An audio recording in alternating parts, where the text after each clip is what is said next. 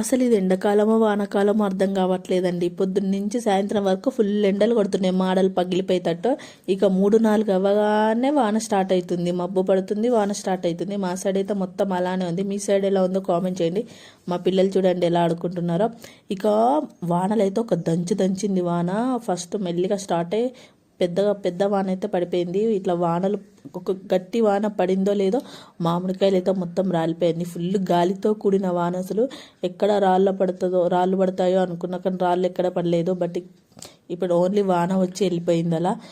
ఇక ఒక వాన పడిందో లేదో అలా వాన అయిపోగానే బయటికి వెళ్ళి చూస్తే మొత్తం ఎక్కడ చూసినా మామిడికాయలు ఉన్నాయండి. ఎంత చిన్నగా ఉన్నాయి, వాటిని చూస్తే పాపం అనిపిస్తుంది. ఎందుకంటే అంత చిన్న మామిడికాయలు ఫుల్ రాలిపోయాయి.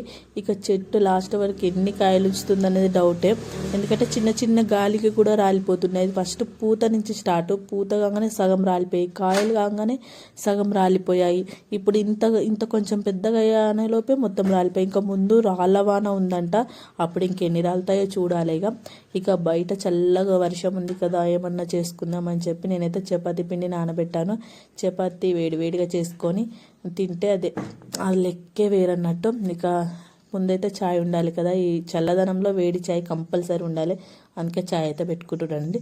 ఛాయ్ పెట్టుకొని వేడి ఛాయ్ తాగాక చపాతీ పని చూసేస్తా ఉంటాం మళ్ళీ.